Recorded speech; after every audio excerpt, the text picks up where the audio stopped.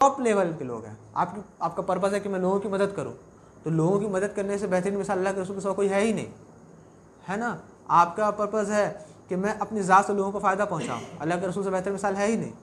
आपका पर्पज़ है कि मैं एक अच्छा सोल्जर बनूं, अच्छा सिपाही बनूं, खालिद बिन वलीद को पढ़ लीजिए, उमर फारूक को पढ़ लीजिए। आपका पर्पज़ है कि मैं इंसाफ करने वाला बनूं, एक आदिल इंसान बनूं, तो आप किसको पढ़ें? उमर बिन खत्ताब को पढ़िए, उमर बिन खत्ताब को पढ़िए। हमारे बुज़ुर्ग हैं, नबियों को पढ़ें, इनको पढ़िए। जो लोग उस फील्ड में कुछ उन्होंने अचीव कर लिया है उनको पढ़ें, और उनके अंदर जो सलाहियतें हैं वो क्या करना है, अपने अंदर पैदा कर लेनी है। हम क्या बन जाएंगे? उस तरह के शख्स बन जाएंगे। अच्छा, जो कामयाब लोग विज़न कैसे बनाते हैं, आप लोग कुछ आइडिया है कि कामयाब लोग जो है वो विज़न कैसे बनाते हैं, उनका पर्पस कैसे बनता है? ज़्यादातर मोस्टली लोग जो होते हैं, हम लोग अक्सर लोग ये होता है कि अक्सर लोग जो है विज़न बनाते हैं बॉटम टू टॉप, नीचे से ऊपर जाना, लेकिन कामयाब लोग विज़न बनाते हैं टॉप टू बॉटम। कैसे? उनको ये फ़िक्र होती है हमेशा कि जब मैं बिस्तर मर्ग पे होऊंगा, यानी जब मैं डेथ बेड पे होऊंगा, तो मैं अपने सामने की दुनिया को, अपने औलाद को, अपने बीवियों को, अपने घर वालों को, या मैंने जो काम किया है वो कैसा मैं देखना चाहता हूँ। आप हज़रत याकूब अलैहिस्सलाम को देखें, जब हज़रत याकूब अलैहिस्सलाम बिस्तर पे थे तो उन्होंने अपने औलाद को बुलाया और कहा कि तुम मेरी बात किसकी इबादत करोगे? तो उनके बेटों ने क्या कहा कि हम आपके बाद आपके अल्लाह की इबादत करेंगे जो इब्राहिम और इसहाक के रब हैं। आप देखें कि वो कहाँ हैं, बिस्तर मर्ग पे हैं, और किसको बुला रहे हैं? अपने बच्चों को बुला रहे हैं। बच्चे क्या है? जनरेशन है, अगली नस्ल है, ये लोग अगली नस्ल तक ले जाएंगे। तो याकूब अलैहिस्सलाम ने क्या विजन लेकर आया था कि मुझे ज़मीन पर अल्लाह के परचम को बुलंद करना है, लोगों को तौहीद की दावत देनी है। और जब उन्होंने एक टॉप का काम कर लिया तो अब नीचे में देख रहे हैं कि नीचे का मामला ठीक है ना, मेरे बच्चे क्या करेंगे आगे। तो कामयाब लोग विज़न कैसे बनाते हैं? टॉप टू बॉटम विज़न बनाते हैं, बॉटम टू टॉप नहीं जाते हैं। किसी ज़माने में एक बहुत बड़ा एक शख्स था, उसको तीरंदाजी सीखनी थी, ठीक है। उसने रिसर्च किया कि दुनिया का सबसे बड़ा तीरंदाज कौन है। उसको पता चला कि फलां जगह पे एक ऐसा शख्स है जो तीरंदाजी अच्छा करता है, तीर अच्छा चलाता है। वो सफ़र करके उसके पास गए, मीलों सफ़र किया गए, और जाकर कहें कि उस्ताद सर आपसे मुझे तीरंदाजी सीखनी है। तो उन्होंने कहा कि आपको तीरंदाजी सीखनी है, आप कल फजर की नमाज़ के बाद मुझे इसी जगह पे आप मिलेंगे। उसने कहा ठीक है। फजर की नमाज़ के बाद वो जाते हैं, देखते हैं कि उस्ताद जो उनके टीचर हैं वो पहले से खड़े हैं। तो कहते हैं कि सर मैं आ गया। चले ठीक है, मेरे आँखों में पट्टी बांध दिए। वो जो शागिर्द होते हैं उनके आँखों पे पट्टी बांध देते हैं। पट्टी बांधने के बाद वो तीर को खींचते हैं, और खींचने के बाद छोड़ते हैं निशाने पर, ठीक है। आपको क्या लग रहा है कि निशाना लगा होगा? कितने लोग हैं जिनको उस्ताद जो थे वो तीर खींचते हैं और मारते हैं, ठीक है, आंखों पे पट्टी होती है, तो आपको क्या लगता है कि निशाना लगा होगा? कितने लोग हैं जिनको लगता है कि हाँ लगा होगा? लगा होगा। आपको पता है कि निशाना कई मील दूर जाकर लगा, उस निशाने पर नहीं लगा। तीर जो है उस टारगेट को नहीं लगा, उसके अलावा टारगेट चूक गया और कई दूर और जाकर लगा वो निशाना। जो शागिर्द था वो कहने लगा कि यार ये इनकी बहुत तारीफ़ें सुनी थी, बनने खा बन रहे थे, अब क्या हुआ इनसे, एक निशाना नहीं लग रहा, कैसे? फिर उसने पट्टी खोली और कहा कि सर आपसे तो एक निशाना नहीं लग रहा और आप मुझे तीरंदाजी सिखाएंगे। तो सर ने कहा कि पहला लेसन हमेशा याद रखना कि तुम तब तक अपने तीर को निशाने पे नहीं मार सकते जब तक तुम टारगेट को देख ना लो। कहने का मकसद क्या है, इसकी वजह आवाज़ इसको एक्सप्लेन में करता हूँ। समझिए कि आप तब तक एक अच्छे इंसान नहीं बन सकते जब तक आप खुद को एक अच्छा इंसान नहीं मानेंगे। आप तब तक एक अच्छे डॉक्टर नहीं बन सकते जब तक आप खुद को एक अच्छा डॉक्टर नहीं मानेंगे। आपको चाहिए, आप चाहते हैं कि मुझे कोई मैं अच्छा फुटबॉलर बन जाऊँ, मैं अच्छा क्रिकेटर बन जाऊँ, या मैं कोई अच्छा ऑफिसर बन जाऊँ, तो आप देखिए कि उस पोस्ट पे उस अच्छे ऑफिसर की डेफिनेशन क्या है। उस अच्छे ऑफिसर टॉप पे देखें कि वो अच्छा ऑफिसर होता कैसा है, और जब आपको पता चल जाए कि अच्छा ऑफिसर ऐसा होता है तो उसके अंदर की खूबियों को हम क्या करेंगे, आहिस्ते आहिस्ते लेना शुरू करेंगे। आपकी नज़र हमेशा कहाँ होनी चाहिए? टॉप पे होनी चाहिए। जब टॉप पे नज़र होती है तो बॉटम की तैयारियां हम करते हैं। मोहम्मद अली बॉक्सर के बारे में सुना होगा, वो पता है क्या कहता था? वो कहता था I knew I was leader before I become great. यानी मुझे पता है कि मैं ग्रेट हूँ, और ये बात मुझे उस वक्त भी पता थी जब मैं ग्रेट नहीं बना था। यानी वो पहले ही से जानता था कि मैं बहुत ग्रेट हूँ, और उस ग्रेट बनने के लिए जो जो चीज़ें चाहिए उसने अपनी ज़िंदगी में अप्लाई की, और वो क्या बन गया? ग्रेट बन गया। तो आपकी ज़िंदगी में कुछ पर्पज़ है ना, तो उस पर्पज़ के जो टॉप लेवल के लोग हैं, आपका पर्पज़ है कि मैं लोगों की मदद करूँ, तो लोगों की मदद करने से बेहतरीन मिसाल अल्लाह के रसूल के सिवा कोई है ही नहीं, है ना। आपका पर्पज़ है कि मैं अपनी ज़ात से लोगों को फ़ायदा पहुँचाऊँ, अल्लाह के रसूल से बेहतर मिसाल है ही नहीं।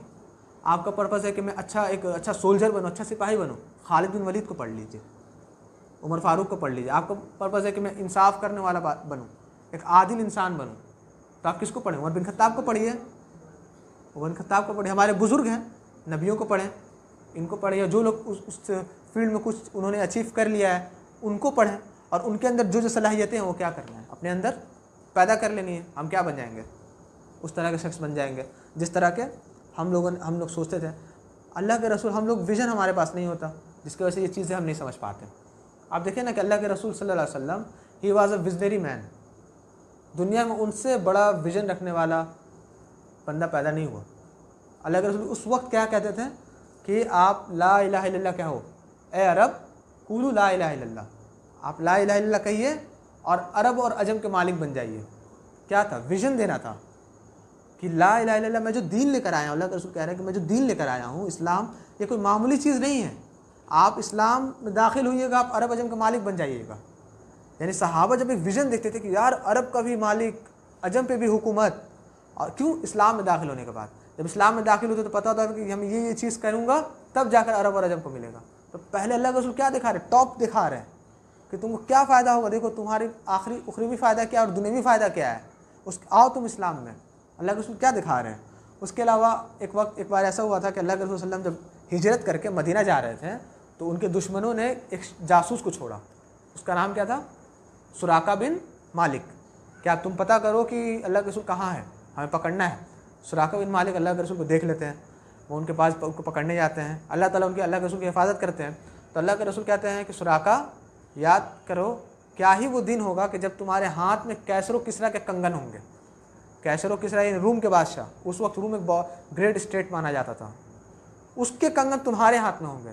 तो अल्लाह के रसूल क्या दे रहे हैं? एक विज़न दे रहे हैं। सुराका बिन मालिक इस्लाम कबूल करते हैं, और उमर बिन खत्ताब रज़ियल्लाहु तआला अन्हु के वक्त में रूम फतह होता है, और कैसर और किसरा के कंगन किसके हाथ में बनाए जाते हैं? सुराका बिन मालिक के हाथ में। पेशन गोई पूरी हुई कि नहीं हुई? अल्लाह के रसूल क्या दे रहे हैं? विज़न दे रहे हैं कि तुम कितना ऊपर सोचोगे, इतना ऊपर सोचो। तुम्हारे पास क्या है? इस्लाम की दौलत है। खंदक, जंग खंदक किसको किसको पता है? क्या हुआ था जंग खंदक में? जंग खंदक, हाँ, कुफार से जंग हुई थी और एक गड्ढा खोदा गया था जिसको कहते हैं खंदक। तो वो एक बहुत मुश्किल लम्हा था। भूखे रह रहे का सहाबा गड्ढा खोद रहे हैं, हाँ, पेट में पत्थर बांध के गड्ढा खोद रहे हैं। उस मुश्किल हालत में अल्लाह के रसूल सहाबा को विज़न देते हैं। बोल उस उतना बुरा कंडीशन है, उसमें विज़न देते हैं, पत्थर तोड़ते और कहते हैं कि रूम फतह करोगे तुम। फिर पत्थर तोड़ते बोलते हैं फारिस फतह करोगे तुम। क्या है? मुश्किल हालात में विज़न देना, मोटिवेट करना कि तुम्हारे पास इस्लाम है। तो हम इस्लाम वाले हैं, हम मुसलमान हैं, तो वहाँ हमें इस्लाम हमें क्या देता है? विज़न देता है। हमारे बुज़ुर्ग में सारे विजनरी लोग थे। एक सहाबी थे जो नाबीना सहाबी थे अल्लाह के रसूल, और वो मुअज़्ज़िन भी थे, इब्ने उम्मे मक्तूम, उनको अबू महजूरा भी कहा जाता है रज़ियल्लाहु तआला अन्हु। नाबीना है, अंधे हैं। जब जंग कादसिया का ऐलान होता है कि कादसिया में जंग होने वाली है, तो तमाम सहाबा निकलने की तैयारी करते हैं, ये भी तैयारी करने लगते हैं। तो एक सहाबी पूछता है, अरे आप क्यों जा रहे हैं? आपको तो नज़र नहीं आता, आपके पास तो उज़ुर है, आप नहीं जाइएगा तो कोई मसला नहीं है। तो कहते हैं कि नहीं, मैं जाऊँगा। क्यों? जब मैं जाऊँगा तो वहाँ पर कुफ़ार ये देखकर घबरा जाएंगे कि मुसलमानों की तादाद कितनी है। विज़न देखें उनका क्या सोच रहे हैं। तो जब आपका विज़न होगा ना, तो आपके पास फाइनेंशियल कंडीशन आपकी ख़राब है, आपके पास बहुत सारे लिमिटेशन, इससे कोई फ़र्क नहीं पड़ेगा। आपका विज़न ये सारी चीज़ें करवा देगा। एक सहाबिया थी, एक जंग के मौके पर खड़ी हैं मदीने के रास्ते में, और जंग हो रही है कुफ़ार में और मुसलमानों में। सहाबी आते हैं खबर लेकर मदीना में कि जंग के क्या हालात हैं। तो एक सहाबी आते हैं, तो वो सहाबिया पूछती हैं कि अल्लाह के, उनको फ़िक्र थी अल्लाह के रसूल की। कहते हैं कि अल्लाह के रसूल सल्लम कैसे हैं? तो सहाबी कहते हैं कि देखें अल्लाह के रसूल सल्लम तो ठीक हैं, लेकिन आपके अब्बू शहीद हो गए। वो कहती है इन्ना लिल्लाहि राजिऊन। खैर अल्लाह के रसूल कैसे हैं बताइए? कि अल्लाह के रसूल ठीक है। दूसरे सहाबी आते हैं, यही सवाल पूछते हैं, तो दूसरे सहाबी बोलते हैं कि आपके बेटे शहीद हो गए। फिर कहते हैं कि अल्लाह के रसूल कैसे हैं? उनको फ़िक्र अल्लाह के रसूल की थी। अच्छा, फिर तीसरे सहाबी आते हैं, पूछते हैं कि आप बताइए कि अल्लाह के रसूल कैसे हैं? तो वो कहती हैं कि, वो कहते हैं सहाबी अल्लाह के रसूल ठीक हैं, लेकिन आपके शौहर शहीद हो गए। अब बताइए क्या उनको अपने वालिद से मोहब्बत नहीं थी? उनको अपने शौहर से मोहब्बत नहीं थी, उनको अपने बेटों से मोहब्बत नहीं थी, लेकिन वो ये बात जानती थी कि मैं जिसकी फ़िक्र कर रही हूँ वो कौन शख्स है। आज अगर दुनिया में इंसानियत चाहिए, अमन चाहिए, सुकून चाहिए, तो हमें किसकी ज़रूरत है? अगर उसको हो गया तो फिर इंसानियत दम तोड़ देगी, दुनिया में अमन व अमान नहीं रहेगा। सोचो सहाबिया का विज़न क्या था कि तमाम तकलीफ़ों को झेल जाती हैं एक फ़िक्र में, क्या कि अल्लाह के रसूल कैसे हैं। तो हमें अपने अंदर क्या करना चाहिए? विज़न डेवलप करना चाहिए।